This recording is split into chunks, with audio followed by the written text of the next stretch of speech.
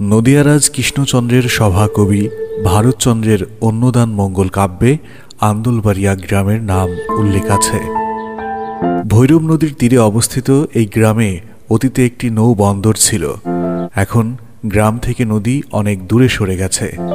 এখানে বহু সিদ্ধপুরুষ ও ব্রাহ্মণের বসবাস ছিল।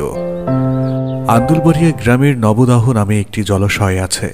নবাই সন্ন্যাসী নামক এক সিদ্ধপুরুষ দহের পানিতে ধ্যানমগ্ন থাকতেন। কদাচিৎ ডাঙায় উঠে আসতেন। তার মৃত্যুর পর লোকে ওই জলাশয়কে পবিত্র ও সিদ্ধ স্থান বিবেচনায় পুজো দিত। মোগল সম্রাট শাহজাহানের আমলে হজরত খোদা ফারাস নামে একজন সুফি সাধক ইসলাম প্রচারের জন্য এই গ্রামে আস্থানা গাড়েন।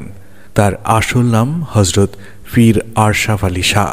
খোদা ফারাস উপাধি বিশেষ। ফার্সি ফারাস শব্দের অর্থ ঘোড়া। সম্ভবত তিনি ঘোড়ায় চড়ে এই অঞ্চলে আসেন এবং ইসলাম প্রচার করতেন। তার ছোঁয়ায় অনেক রোগীর অসুখ ভালো হয়ে যেত। খোদা ফারাস আন্দুলবাড়িয়া এলাকায় হিন্দু জমিদারদের প্রবল বিরোধিতার সম্মুখীন হন।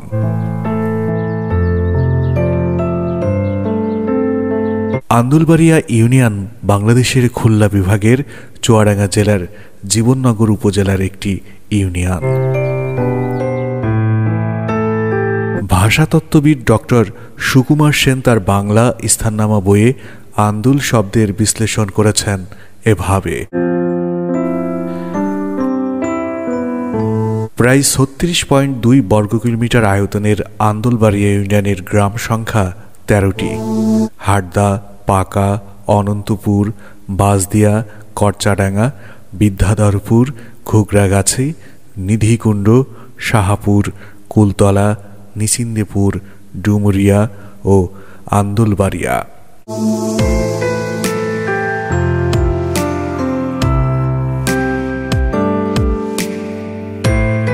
সুলতানি আমলের বেশ কিছু নিদর্শন আবিষ্কারের পর ধারণা করা হয় ৬০০ বছর আগেও এই ইউনিয়নে বেশ কিছু প্রসিদ্ধ বাজার এবং স্থাপনা গড়ে ওঠে।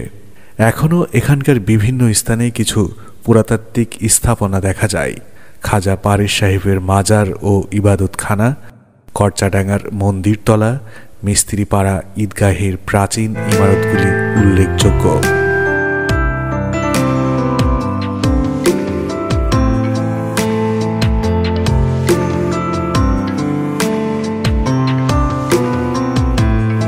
অষ্টদশ শতাব্দীতে বেশ কিছু নীলকর আন্দুলবাড়িয়াতে আসে এবং কয়েকটি স্থানে নীলকুঠি স্থাপন করে।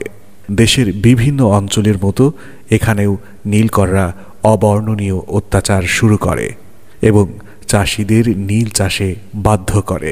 পরবর্তীতে দেশব্যাপী নীলকরদের বিরুদ্ধে সর্বাত্মক আন্দোলনের ফলে নীল চাষ থেকে এখানকার সাধারণ কৃষকরা মুক্তি লাভ করে।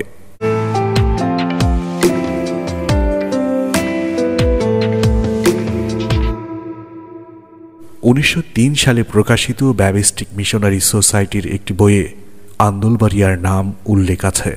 জানা যায় ১৮০৪ সালে টি.ডব্লিউ. নলেজ খ্রিস্টিয়ান মিশন নিয়ে আন্দুলবাড়িয়াতে আসেন। ১৯৭১ সালের মহান মুক্তিযুদ্ধে আন্দুলবাড়িয়া ৮ নম্বর সেক্টরের অধীন ছিল। পাক বাহিনী ও মুক্তিযোদ্ধাদের মধ্যে এখানে একটি যুদ্ধ সংগঠিত হয়, যা আন্দুলবাড়িয়ার যুদ্ধ নামে পরিচিত। এই যুদ্ধে ঘটনাস্থলেই শহীদ হন গ্রুপ কমান্ডার আনোয়ার হোসেন। হতাহত হন মুক্তিযোদ্ধা আব্দুল মান্নান সহ অনেকেই। ১৯৭১ সালের অক্টোবর মাসের শেষে পাক বাহিনী অস্ত্র ও রসদসহ রেলপথে আন্দুলবাড়িয়া অতিক্রম করেছিল। এ সময় মুক্তিযোদ্ধাদের পেতে রাখা মাহিন বিস্ফোরণে ট্রেনের ৩টি বগি ব্যাপক ক্ষতিগ্রস্ত হয় এবং ইঞ্জিন লাইনচ্যুত হয়। এতে প্রায় ৫০ জন পাক সেনা হতাহত হয়।